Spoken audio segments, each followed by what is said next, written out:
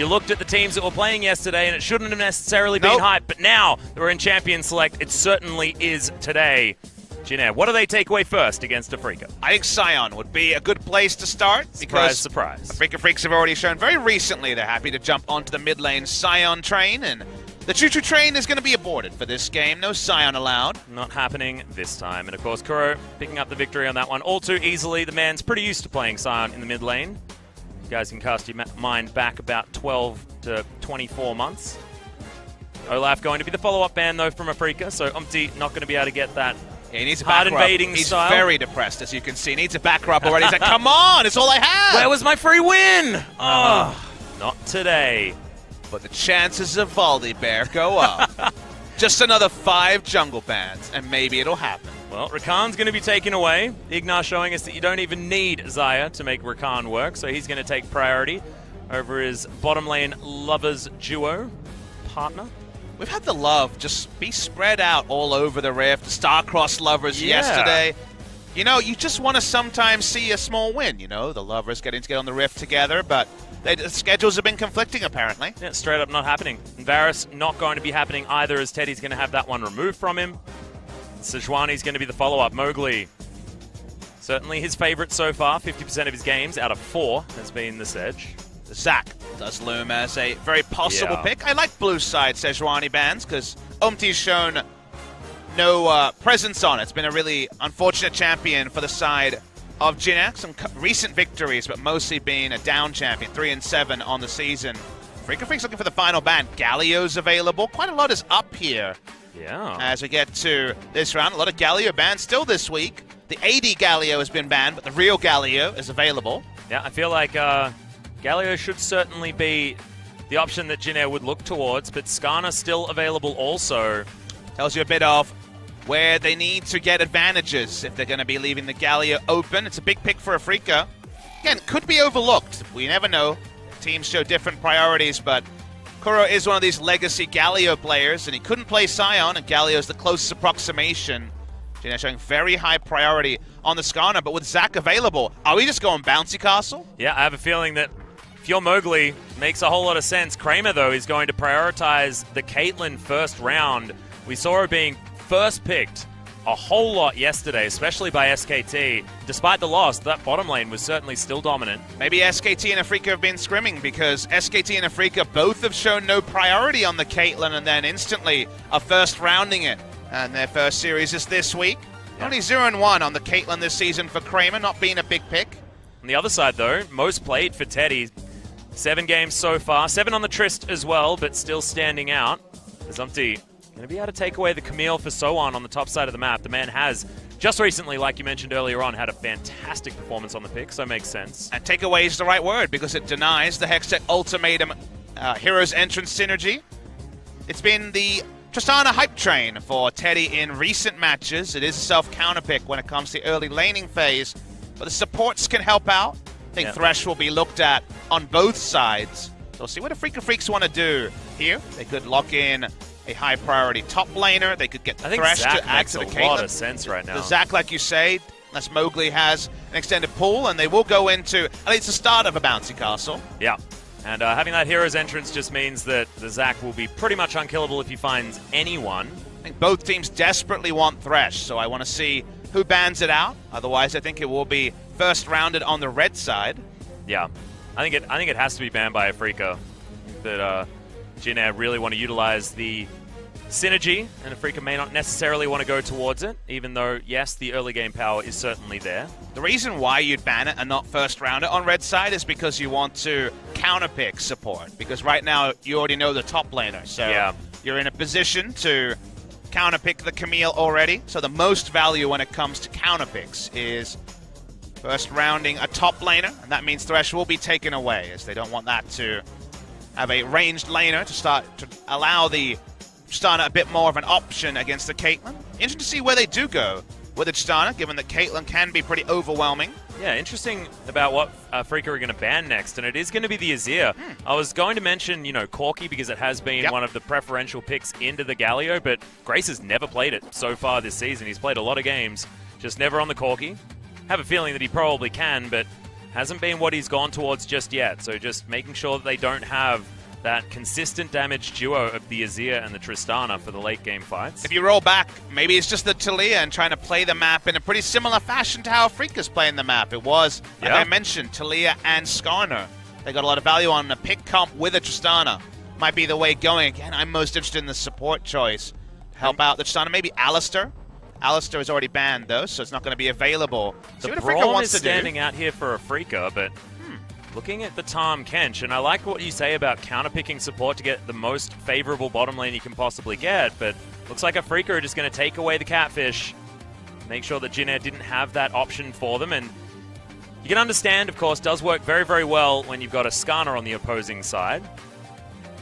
Side of Jin showing some range support, which I think would be very helpful for lane, but won't necessarily fit every composition. We are still in that melee support meta. Could find some sustain through the Taric.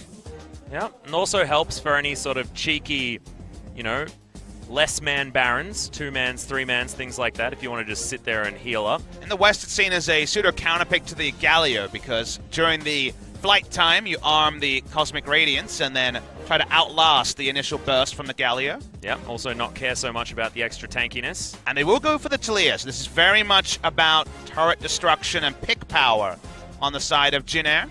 So Afreeca Freecs, they've left top lane to last. The top lane Ryze is available, interestingly. Yeah, Ryze actually not being banned is crazy. Being a big pick for Keen in the top lane. Could go more conventional, go for something like an Ornn, but he's actually looking at Malphite. That's one hell of a bouncy castle if they wanted to go there. It's been played in the LPL. This is an outside chance of happening. But they flash over to the Fiora, and instead, we get old school from Keen. After all, they went from team fight into one into split. The Fioras this week have not necessarily been working out. But this is once again the skill matchup between the Fiora and the Camille. But I'm just excited that we get to see Keen flex his muscles after being on tank roleplay duty for the majority of the season. Yeah, this is absolutely crazy, and we're going to have, speaking of crazy, Antara looking on, seeing whether Keen is going to have better luck in this matchup. We saw the stats for Camille versus Fiora so far in the LCK, and they are not very good for the Fiora. She's managed to win 1 out of what was like 9 games or something like that in the matchup. The history, if it repeats itself, it's not good reading for Afreeca. It's 1-8 in the LCK, and that's Fiora into Camille. Yeah. Even though on paper a winning lane-up matchup for Fiora, making Fiora work is more than a one-step process. And so far that hasn't been working. It's also 0-1 in his career for the side of Keen. Of course, he's still very new onto the pro circuit and was on Ever 8 winners, so win-losses don't mean everything. We know he has the mechanics, but because they haven't been there recently, it's going to be a treat to watch, as otherwise, a lot of standard stuff off the rip and a lot of team fight for Afreeca. So if they get the team fight going and win the split push, oh boy, it's going to be everything on fire for the side of Jin. Yeah, it could be crazy, and I'm really interested to see what that Keystone pickup is going to be. Is he going towards the Kleptomancy, going for the scaling, sacrificing a bit of early game power? Because we saw the Comet doing ridiculous things for Crazy when we saw him on the map. We've been talking mostly about the top lane, but the rest of the map is looking super exciting as well. Let's get into game number 1, Jin versus Afreeca.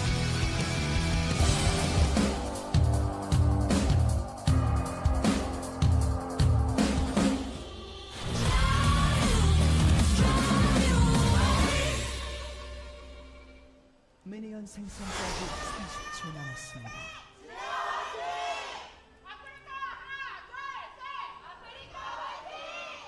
Fans still making their way to the Seoul E Stadium here because it is still a relatively early start and everyone has stuff to do like work and school and things like that. I have a feeling we are going to fill up though because all of the seats are open. So as this one goes on, we're going to be seeing a little bit more as Teddy fiddling around a little bit at the moment. Whoa, a lot of fans. That is a combat Teddy. Man. Looks like a gangster Teddy. You do not want to mess with that teddy bear at all. No, not at all. What are you talking about? I'm Teddy. I'm going to come and get you. It's what it sort of seemed like to me. I don't know. That's sort of gangster. I just recently saw... Yeah, okay, never mind. I'm not even going to go into it. Keen looking to try and grab it. Crystal Spire down here, but So-On saying, no. I've... actually, going precision this time around is So-On. No Comets to come in for the Camille. Yeah, press the attack extended trades are what the Camille's looking for rather than the Comet for laning phase, and Keen is going for the now very standard Kleptomancy. OGN showed these stats the last time we had the matchup and had them ready to go for the next time. Love it. Bit of a copy-paste, just change one of the numbers. So because it's a bot side leash, if you remember, we've actually seen Tristana lanes force the Skarner to solo down blue buff just so they could reach the lane at level 1 to get the push. And now it's going to be a Caitlyn lane getting the push. So this could be tricky times for Teddy. Yeah, and it just shows how much they prioritize getting an advantage for Umti in the jungle. See whether we can actually translate that into success around the map, because otherwise it could just be sacking Teddy and Wraith to the wolves. And it's multi-layered because remember they first picked Skarner over the available Galio that was clearly going to be a first-round pick for the side of Afreeca. The Skarner was available, the Zac was available as an answer, so they prize getting the early skirmish champion. They also give the leash in a tough matchup for the bot lane. That's about as much as you can do for your jungler in the early game. Yeah, they also know that Teddy can farm extremely well no matter what the circumstances are. We haven't seen him fall behind too much, no matter what is the case. Is Mowgli actually going to cancel that back? Has to elastically slingshot his way out? I think he would have gotten out, but you're never 100% sure about those invulnerability frames. So in the end, just cancels, and eventually we'll be back anyway. Exciting thing is the Grace immediately moving towards the top side, and this is something that they will have. Priority in the mid lane is something that Talias are always very good at gathering for themselves. And being able to surf those walls does help them get around the map.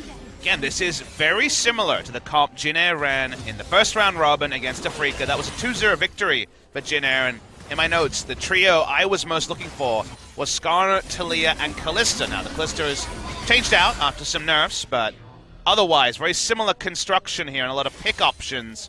So you get the Tristana into a couple of items, you load up with the Weaver's Wall, and you take structures. It's a big thing that can happen as Skarner threatens an all-in. Looking at the runes, Presence of Mind. Actually an interesting choice, given the longer cooldowns on the Camille. See how it works as we continue. It's the first time we've seen press the attack as well. At least in recent memory. Comet does seem to be the optimal choice for our top lane Camille's. At the moment, still able to command control over this lane.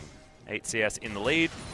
I believe Keen should be able to grab some as it crashes towards the turret, and Klepto going to keep him up there. Does also start with the Ancient Coin, so a very sort of investment banker style to get us moving. You expect to see Afreeca jungle mostly around bot lane because of the Caitlyn's lane strength, and to the extent of actually Mowgli starting up the Infernal. Infernal is one of the easier drakes to solo. Ocean is by far the hardest. Yep, doesn't have quite as much health as Umti is actually going to make his way towards the bottom side of the map. They have no vision of this dragon, and Mowgli's doing a decent job of picking up his blobs and you just don't expect alive. Zac to be soloing the dragon at level 4. Yeah. So a bit hard done by Warfield Umti, as despite some of the power in the lanes, they will lose the first Infernal. A Mountain will be spawning just before 11 minutes into the game. Nice little win there for the side of Afreeca, and just something you wouldn't expect as Jin's jump. Yeah, going to feel a little bit robbed. As Teddy, you can see, perfect use. The explosive charge to get all of those creeps. And he is staying well and truly within touching distance of Kramer, who's opted in for the Doran's Blade. We see sometimes the Doran Shield being taken, but in a matchup that's so favored for the Caitlyn, he will just try and be as frustrating as possible. Wraith goes home. Going to grab that Targon's Brace and teleport back into this lane with his spellbook that is available. Tucson also doing the same thing as Soan. Not the greatest of trades, but at least gets the tactical sweep to try and get something back. He comes down, Mowgli going to bash him into a ward. The stun is going to come in. Soan's going to take this as an opportunity to go back home for the moment. The wave pushing back towards him. It's a decent time. Control ward will spot Umti if he decides to go through towards the river, but he'll see it himself. So going to get some vision around there, but otherwise not too much to mention.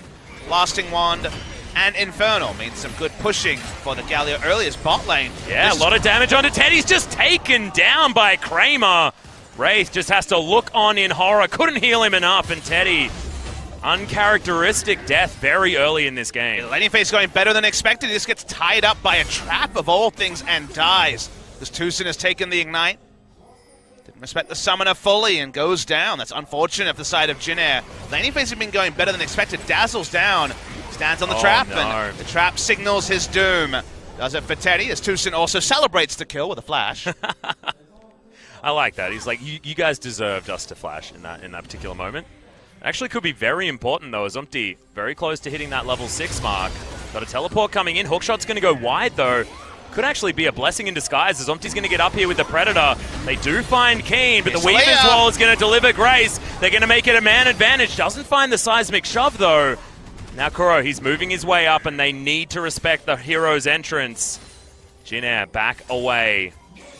Two champions with globals always has that slight pause where you don't fully commit, remembering that hero's entrance can easily turn around a scenario like that. So they back away. A global is used. Now Kuro has a global advantage with the hero's entrance. He wants to go bot lane, as we well know. But at least Teddy, in his death, didn't use either summoner. So the chances of that gank working are a bit lower than expected. Yeah, he also is able to farm out beautifully on the bottom side of the map as usual, so it's only going to mean some extra money for Kramer. Teddy shouldn't be behind by too much as far as the rest of the map is concerned. Laning phase is going to continue to be rough. The back is actually incredibly preferential for Keen on top side. The Sapphire Crystal feels awful for Soan as Teddy has to tank up the ace in the hole and the Peacemaker as well. He's also gone about the most disrespectful you could, starting in with Ancient Coin, then going straight for a Ravenous Hydra with no Dorans. He doesn't have a single Dorans item. The double Dorans and Sapphire Crystal, but if he stands up with GP10 and no regen outside of Lifesteal and the health regen on the Tiamat and goes even, he is massively ahead. Yeah. Because he has not spent all that gold onto the early game items. Yeah, 2 Doran's Blades. Doesn't feel great, just couldn't quite afford a Sheen and needed to have as much battle stats as possible to get him through it. Dazzle not going to find anything as Teddy and Wraith. This is really rough times for the bottom lane of Jin Air. I think not enough players are a bit frisky with their item builds. Obviously, if he fell behind, you criticize him for it. So it feels like you're being results-oriented, saying, okay, he's getting away with it, good job. But he has the Galio, so you can afford to be a bit safer when you have Galio to bail you out of most bad situations. He has regen. It's a preferential matchup for the Fiora as well. So given all those things, why not, if you have the exact gold numbers, skip over some lane priority and just make yourself ready for the split push even earlier? Because the Fioras we've seen recently have been going for laning items, but never really hitting their stride. And the Camille's have been having success in the side lanes, let alone the team fights. But often the Camille's also have been able to get that first back Sheen, things like this. Their back timings haven't been as bad as Soan's, to be honest. So Keen was afforded all of this extra space just based on what Soan was able to afford. I feel like the adaptation is another thing that we really need to praise Keen for. Just understanding that the disrespect is possible. Things definitely going well for Afreeca. In summation in the top side. Bot side, they already have the first Drake of the game and double control ward. We always mention is a first step towards that bot lane roam going unspotted. But for now, a mid lane play is possible. Yeah, in fact, a lot of wards littering everywhere on the bottom side. But Mowgli, I think, is level 6 and no Rod of Ages. The damage isn't there to actually burst down Grace. And level 6, the range on the Elastic Slingshot isn't quite out of order like it is from level 7 onwards. They are going to get a Justice Punch, and the taunt at least lands. There's the cleanse. Can Mowgli connect him? But no, doesn't find the extra arms as Umti wants to drag the blob back in, doesn't get it. And the Impale, in fact, does go on cooldown. Really good use of the Let's Bounce. Yeah, that was something there that you can start to channel and guarantee that you get out, but it also uses the cooldown from Umti, who feels sheepish. Seemed very clear what was going to happen. The trade up in terms of cooldowns for Afreeca, given how powerful Impale is in the early game. Yeah, just silly, and Mowgli won't need the Let's Bounce to make these ganks work extremely well. Throw with the Hero's Entrance still off cooldown as well, so he'll be absolutely fine. Umti gonna grab this Rift Scuttler and continue his jungle path. We've seen Skarner's having a pretty rough time recently, as that's a really nice shove. Grace will be able to get some damage onto Kuro, but thankfully he's got the Aftershock. He's gonna be fine. Not enough damage to take him down, such as Galio in the early game. They back away, and so far the first big Skarner, while set up for success, has not picked up the first Drake, and Pale on cooldown for now. A lot of the stories aren't really great for Skarner so far in the LCK, but he's going to try it again moving up towards the top side. It's a party. Yeah. Fracture is going to be his only CC option to try and lock down Keen. There's the hook shot. Riposte is now on cooldown though, as Soan gets stunned. will get himself back out of here. Double teleport top lane. Yeah, Kuro makes his way through. It's a really good seismic shove as Soan will need to try and put his back to the walls as Mowgli. Oh, he's going to get bounced back. That was a nice interaction. And now we've got Tucson showing up. He's alone. 1 versus 3. I'm not sure what he's going to be able to do. Gets the Devour. And now Soan's going to fall. Afreeca Freecs somehow make it work when we thought Jin might have gotten out. He had enough friends to go for the 1v3 play. Kuro's flash into the brush ended up looking very comical. Got no value out of it, but they get the kills anyway. And Hero's entrance not used in all of that means it's there for the Drake. Spawns right now. It's been up for about a couple of minutes.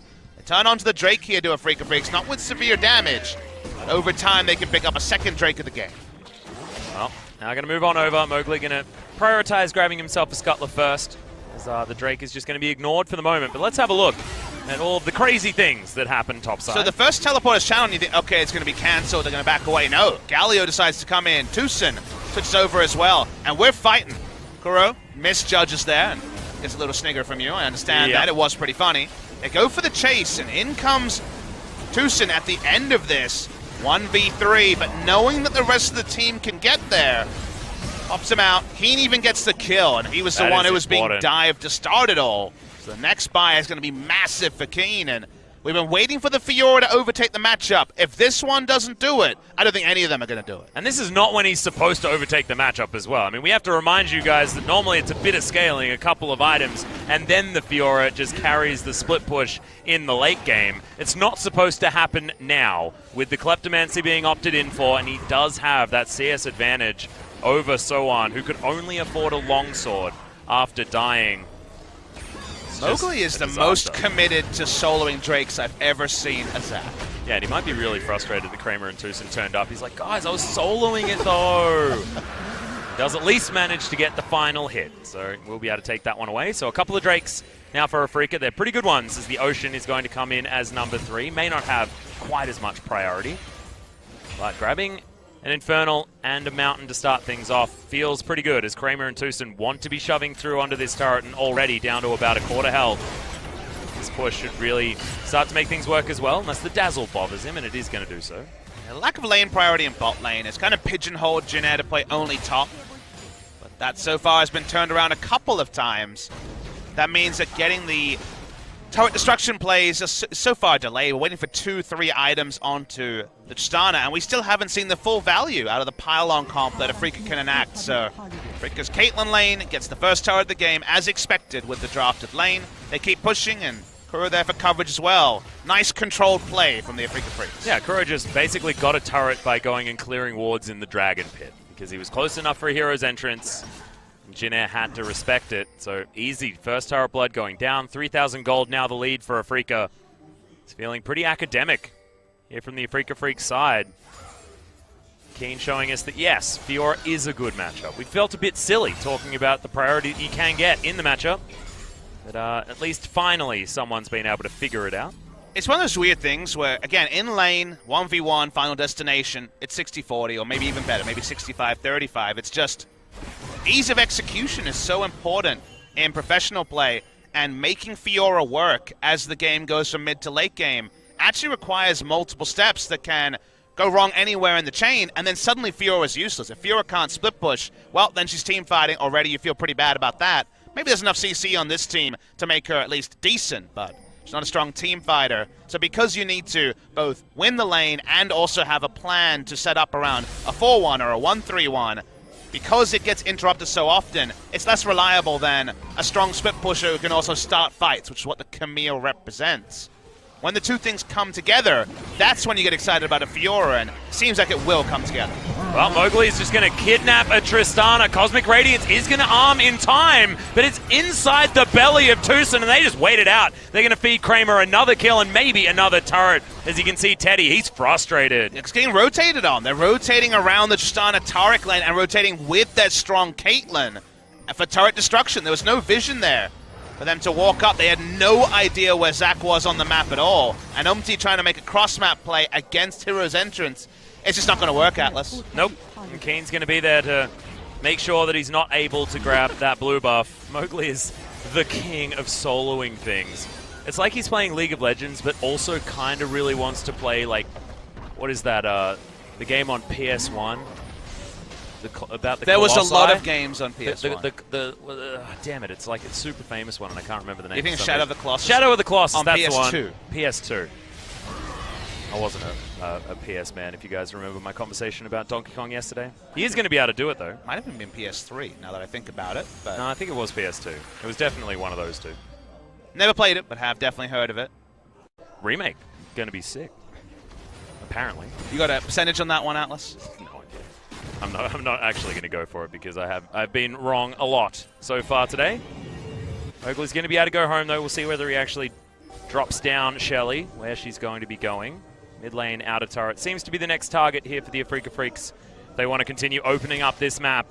And Kuro's getting fun with the item build. Proto Belt's been out of the meta for a little while on these mid lane Gallios, and I spy with my little eye a Hextech Revolver to start that one off. Yeah, we have actually seen a few of it in solo queue in different regions as well as far as first items. The Proto Belt into full AP has been an option that's been toyed around with, but Kuro going to go for it after the Rod of Ages. I like it. A couple of different flavors with some early game power in the Proto Belt as well as the scaling of the Rod of Ages. If you're wondering about the interaction, you can't actually Proto Belt while you use your taunt. It locks you out of using items and other abilities, but you can actually use it before to guarantee the taunt, basically, is the way you think about it, or you use it afterwards when you're in melee range of the enemy to get full damage out of the bolts. So it's the way you use it.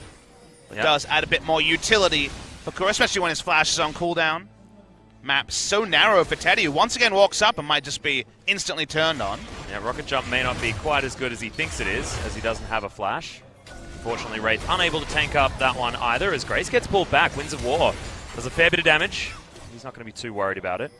Merc Tread's helping him there as Tucson. Rotation in. Yeah, exactly. This could be the outer turret, because there's a lot of damage on this Caitlyn. Weaver's Wall isn't even a great idea, as it almost does get the knockback onto Shelly, who was on top of the wall, but she's absolutely fine. Unfortunately, it doesn't get the knockback, and it also doesn't stop Shelly from walking up, because it was just too shallow for that.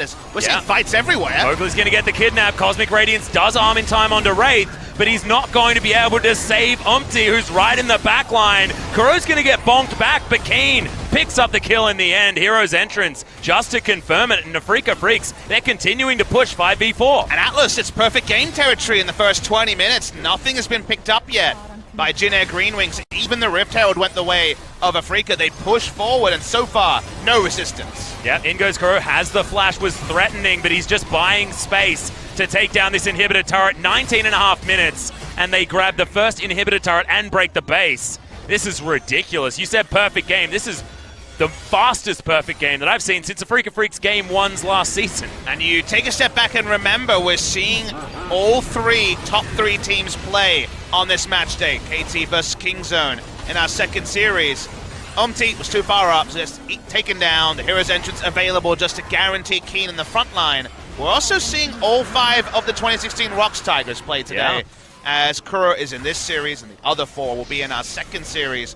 So far, the synergy between Afreeca has been beautiful, and Jin Air took their risk, not going for a range support, drafting the Tristana into Caitlyn, clearly without a plan, because so far, everywhere the Tristana's gone, either Zac or just the duo now with 3-item Caitlyn at 20 minutes with an Infernal Drake, if you don't mind, have followed the Tristana and made her irrelevant. Yep, just ridiculous. Keen is going to go back as well. We'll see where he's going to be going, whether it's going to be the Black Cleaver picked up, but no, it's not. It's definitely going to be Trinity Force. Didn't spy the Sheen while we were checking out the gold. I do absolutely love what Kuro has done picking up the Proto Belt, because now he's got a lot of extra power right now at 20 minutes, and that's exactly when Afreeca want to be fighting, right in time with Kramer hitting that 3-item spike as well. This is really scary stuff, because the Baron is something that Jin Air need to be continuously thinking about. How do you advance your position on the map is something that Jin Air struggle with. If they had lane priority in the bot lane, then you expect people to pile on, but now people piling on from Afreeca has to surf away. Yeah, Abyssal Voyage just delivering underneath the turret. Afreeca Freecs trying to find a catch, but they get the Weaver's Wall for free. That means that that's something that can't check the Baron pit that Jin Air used to have access to. Defensively, Jin Air have many fewer options to try to stall the game. Tristana needs items that are still so far away. She's 3,000 gold behind the Caitlyn, and 1.5 items as well. In the side lane, Keen has been able to build entirely for lane and is basically a Hydra up on the Camille. That's pretty cool. Yeah. He's not worried at all. Happy to chill out underneath that turret. Has the Nomad's medallion as well. Baron started, and, well, the Weaver's Wall is on cooldown, so Umti gets to go for the zombie check, and even that's going to be difficult. Yeah, and Afreeca just looking to try and set themselves up. They can just wait for a face check, because that's exactly what Jin Air have to do, while Keen just destroys the 1v1 on the bottom side. Wants to find the vitals, as there's the grand challenge. Hextech Ultimatum is blocked by the looks of things with the riposte. That was a great play by So1. So1 did everything he could there to outplay through a massive gold advantage for the enemy, so nicely done. Kuro is on peel duty. That means the Baron will go down the way of Afreeca, so even that one singular good moment for the side of Jin Air really means nothing in the grand scheme of things. Yeah, once again, Mowgli a little bit upset, wanted to be able to take the Baron down himself, as he's been soloing a lot of them, but it is going to be the Afreeca Freecs now. Purple buff, so many options. 3,000 gold lead on Fiora and Camille feels just terrible for the side of Jin Air. It means that Jin Air really cannot do anything. They can't engage, they can't play side lanes because enemy split pusher is Fiora. They can't even gank the side lane because he's now got a QSS. Also, let me introduce Galio, the man to counter ganks, and also a Tom Kench to bring over the Caitlyn that has 3.5 items. So, yep. Yeah, they're just screwed.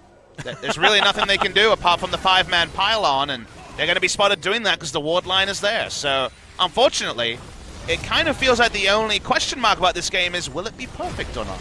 Yeah, that's what we're going to ask now. Inner turret is going to go down, continuing that one forward as Kuro. It's a decent little taunt, and now another Abyssal Voyage just to deliver the bottom lane. Everyone rotating so beautifully. Hero's Entrance and Abyssal Voyage, a fantastic combo for the Afreeca Freecs if ever they want to all join up. Teleport available from Keen as well if they want 5, but they don't need it. Keen's just going to take down this turret as well. This Baron power play doesn't need to be huge, but it is going to be regardless. Waiting for a minion wave on the top side. Inhibitor falls in mid.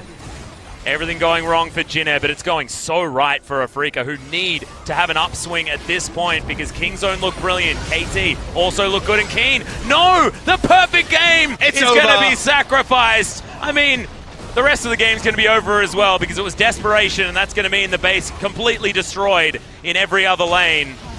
The Afreeca Freecs, do they actually want to take the 4v5? So not quite there just yet, so 4v4 at this precise moment. The Afreeca Freecs had 3 perfect games in a season, and yet never actually had an upturn. Lost 2-0 in the wildcard match, and it was all over, as it always has been for them. I think they're going to take a season where they have no Game 1 perfect games, and yet look like a team that is right up there in the top 3. They will be cemented at number 2. They're able to win here, and whatever KT does, they will not be able to overtake them in second. So Afreeca want to be competitive to the last, an outside chance of first if Kingzone start dropping series. All Afreeca can do is win every series 2-0, and if they do that, they will be second at worst. Yep. It's the best they can hope for. KT unfortunately floundering. Looking back to that Rocks Tigers match really was where they lost that second place, so Afreeca Freecs capitalizing on that, looking like they're not letting up whatsoever. Consistency was always something that we spoke about when we were referencing Afreeca Freecs. This season, not so much at all. They had the 10 game wins in a row in the middle of this season, only lost 4 matches, and that was against top-tier teams apart from that 2-0 loss against Jin Air. And if you're new to Afreeca and kind of wonder where they're at, the thing I would say is, you know, the storyline of 2017 was Riot Games answering all the memes, all the old memes about where the game was at. They tried to answer them in 2017. Answer all the things the fans wanted. Afreeca Freecs are trying to answer all the memes this year and get away from being the team that always plays 3 games, that can only win game 1 but always lose game 2, that can never win a series in playoffs. They're trying to answer all those, and we won't know if it actually happens until they play in the postseason, but they're definitely going deep into the postseason. Whether they can win that best of 5, that remains to be seen. Yeah, well, Banner of Command is going to be utilized on the bottom side of the map. Kramer free hitting onto this turret. Happy to do so. Man, that rapid fire proc was one hell of a shot onto the last remaining inhibitor turret. And Kuro and Tucson happy to tank things up. Kramer, the safest Caitlyn in the history of the world because there's 3 burly tanks in front of him. And And even Keen is just bothering everyone elsewhere on the map. In goes Omti, though, as the Devour, there to cancel out the Impale. They've got answers just everywhere as Hero's entrance. There's a Kidnap that's not going to find too much. But Afreeca Freecs, they're just happy to continue pressing buttons and push minions towards Jin Air. Oh, one auto my onto God. Grace, more than 50% of his HP. They know Cosmic Radiance is down. They want to group up 3 minion waves and end the game. Yep, neither of the teams actually able to find the engages that they're looking for, but Afreeca Freecs, they don't need to engage. They just need to keep pushing minions forward, and Kramer will be the artillery to take down the turrets. So on getting shot by one shot, looks like he's taken a full battle with a whole lot of other champions, but nope, that is just Kramer because he is so strong. They just can't find a way in. There's just no options. Kramer uses the net to get over onto Grace. Another couple of shots and he's dead, but Keen just protecting his AD carry. Tucson as well with the Devour means that Kramer was never in trouble. Man, they are just looking so strong. Only the one death to talk about, and they'll even take a dragon just because why not? Yeah, cheeky Infernal to even amp up their damage, pad their stats. Nothing that Jin Air does this game will turn it around, so Afreeca Freecs going to go back, buy, roll up to the base that is still going to be broken in 3 spots, and end the game. They managed to buy themselves another 5 minutes, but for Jin Air, talk about the next game because this one is over. Yep, I think you start in the comms talking about what you're going to do, and maybe grabbing a first-round Skarner is not something that they're going to do. Leaving open the Galio as well, always dangerous, but it hasn't really been about him. This game, the Caitlyn is just really strong. Maybe Teddy just didn't expect it to be picked away from him. And it's a surprise to everyone because, as I mentioned, SKT, first game of Caitlyn yesterday, showed Caitlyn priority at first pick. Afreeca Freecs was 0-1 on the Caitlyn with Kramer, and Pickett first round with the Galio. And they leave both of them up, and then there was really no draft to salvage that the moment that the Galio Caitlyn was drafted if Afreeca played to their win conditions, and they clearly have been great about doing that. And that has meant there has just been nothing available. The Tristana into Caitlyn has been a failure. They need a new plan for game number 2. Yeah, the only option really was that Soan got so far ahead, but he just straight up didn't. Keen even won the lane when he shouldn't have. Kramer going to be able to take this one down as Teddy. That shield non-existent now as he goes down to about half health. But Mowgli, he's the one starting off the engage. Cosmic Radiance is good, but it's not enough time. Soan just takes too much damage. Wraith has been challenged by Keen, and in goes Mowgli. One more time, goes Golden. And now everyone's getting healed up by the Grand Challenge. It's everyone on the fountain of Jin Air, and they couldn't keep their Nexus alive. A disgusting game 1 for the Afreeca Freecs. There's no other way to describe it, but beautiful if you're a fan of seeing them possibly make it to the rank 1 position here in the LCK. First game they play in week 8, an immaculate one. 1 kill away from being a perfect game. Just so well engineered. It's also heartening to see Keen back on a true carry, and the team both know how to play around it. And the player who's been role-playing the Scion for the better majority of the past month or so, also being able to show his chops, the thing that got so many people excited about him in the second round robin of Summer, and what got him picked up by the Afreeca Freecs. Great performance, setting up for a 2-0, whereas Jin Air, they need a wholly new draft that really allows them to have a more true win condition and also buys a bit more breathing room for Teddy, because given the Skarner and the hard leash to the Skarner, got the team nothing. Yep. Nothing really worked. Just too much mobility on the side of the Afreeca Freecs. The Abyssal Voyage was utilized so beautifully. The Hero's Entrance almost didn't need to be utilized beautifully because they never got to the stage where they needed more durability. It was just all the picks, all the catches at the right times. And the Afreeca Freecs ran away with it, absolutely. The 2v2 kill on the bottom side of the map as well, something that you wouldn't expect from Teddy. Just not able to keep themselves alive. The snowball was absolutely real. Mowgli soloing everything on the map as well to start things off. It looked like Zach was an early game champion that wasn't scared of anyone. Shouldn't really be the case. Oh man, Afreeca Freecs now looking at that 2-0 as a possibility. Kingzone, if they do get the 2-0 after this, it is still going to be a relative confirmation. They'll be able to get towards that top spot, but haven't quite secured it yet. KT Rolster are formidable opponents. Man, things are looking real for the Afreeca Freecs. But guys, a short break, and then game number 2 right after.